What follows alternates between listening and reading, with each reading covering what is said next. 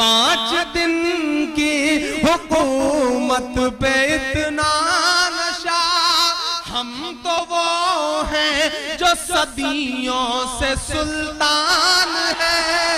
हम स्वागत है नाज़रीन आप सभी का यार मुशारा मीडिया में। सुनिए दोस्तों, इमरान प्रताप अली की नज़म से पहले बता दूं दोस्तों, बाराबंकी हिंदुत्ववादियों की भीड़ ने दशहरा जुलूस के दौरान मस्जिद को बनाया निशाना, मस्जिद परांगण में फेंके जूते चप्पल। चलिए पहले सुनिए इमरान प्रताप अली की नज़म। तो आपसे गुजारिश है वीडियो को लाइक कीजिए और चैनल को जरूर सब्सक्राइब कीजिए। 5 दिन की हुकूमत पे इतना नशा, 5 दिन की हुकूमत पे इतना नशा, हम तो वो हैं जो सदियों से सुल्तान है। हम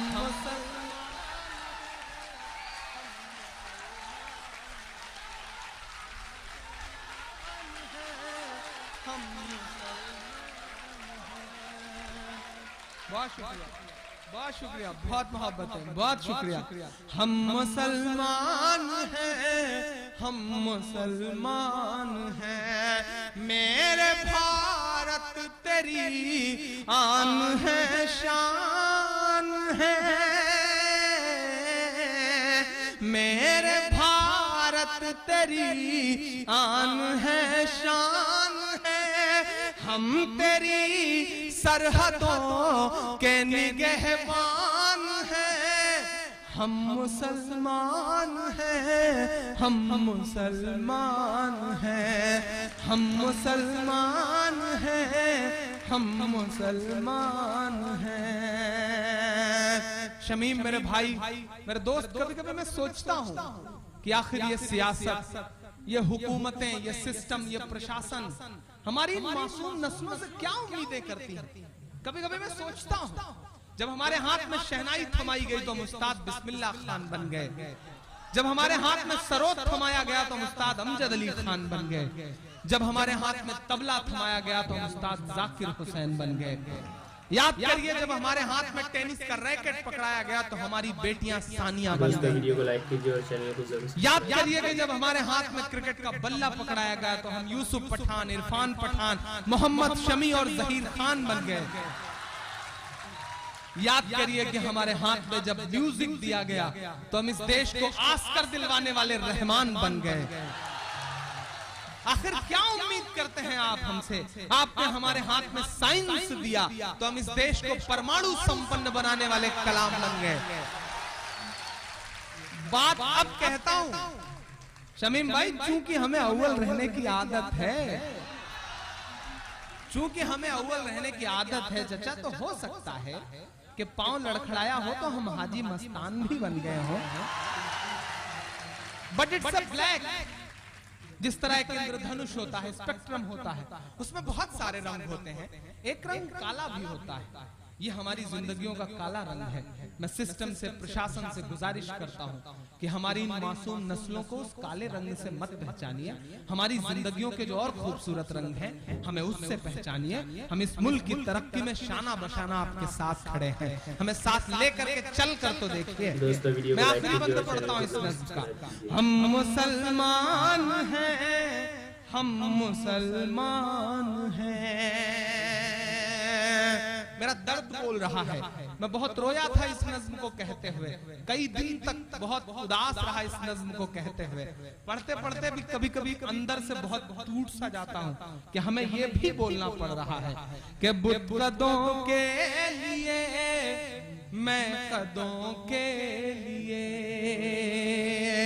अपनी बेशर्मियों की हदों के लिए, अपनी बेशर्मियों की हदों के लिए, तुमने चाही अज़ानों पे पाबंदियां,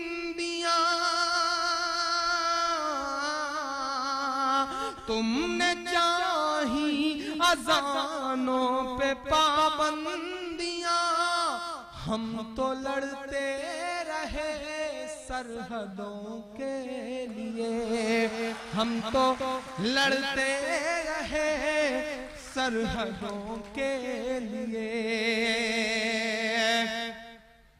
कि कौम सोई है इसको जगाओगे तो। एक बहुत अहम बात कहता हूं आज इस बहुत खूबसूरत डाइस से। ये सच है कि पिछले 20 साल से हमें कटघरे में इतनी बुरी तरह रखा गया है, हमारी नस्लों का इतना बड़ा नुकसान किया गया है पिछले 20 साल में। बहुत प्लान करके, बहुत टारगेट करके इन फासिस्ट ताकतों ने बहुत प्लान करके हमारा नुकसान किया है, लेकिन इसका एक फायदा भी हुआ है नौजवान दोस्तों इमरान प्रतापगढ़ी की नज़्म सुनने के बाद आप अपनी राय में क्या करना चाहते हैं वो नीचे कमेंट बॉक्स में जरूर बताएं। आइए दोस्तों मुंतखब अहादीस से फर्ज नमाजें सुनते हैं। हजरत अबू ज़र रज़ियल्लाहु अन्हु रिवायत करते हैं कि रसूलुल्लाह सल्लल्लाहु अलैहि वसल्लम ने इरशाद फरमाया, जो शख्स फजर की नमाज के बाद तेरे नमाज में बैठते हैं, इसी तरह दो जानों बैठे हुए बात करने से पहले 10 मरतबा ये कलिमात पढ़ता है। और एक रिवायत में है कि असर की नमाज के बाद भी 10 मरतबा पढ़ लेता है तो उसके लिए 10 नेकियां लिख दी जाती है, 10 गुनाह मिटा दिए जाते हैं, 10 दर्जे बुलंद कर दिए जाते हैं। पूरे दिन हर नागवार और नापसंदीदा चीज से महफूज रहता है। ये कलिमात शैतान से बचाने के लिए पहरादारी का काम कर देते हैं और इस दिन शिर्क के अलावा कोई गुनाह उसे हलाक न कर सकेगा। एक रिवायत में यह भी है कि हर कलिमा पढ़ने पर उसको एक गुलाम आज़ाद करने का सवाब मिलता है और असर की नमाज के बाद पढ़ने पर भी रात भर वही सवाब मिलता है जो फजर की नमाज के बाद पढ़ने पर दिन भर मिलता है। वो कलिमात ये है, ला इलाहा इल्लल्लाहु वहदहु ला शरीक लहु लहुल मुल्कु व लहुल हम्दु युहयी व युमीत व हुवा अला कुल्लि शैइन क़दीर। एक रिवायत में युहयी व युमीत की जगह बियदिहिल खैर है। तर्जमा, अल्लाह ताला के सिवा कोई माबूद नहीं, वह अपनी ज़ात व सिफ़ात में अकेले हैं, कोई उनका शरीक नहीं, सारा मुल्क दुनिया व आखिरत उन्हीं का है, उन्हीं के हाथ में तमाम तर भलाई है और जितनी खूबियाँ हैं वह उन्हीं के लिए है।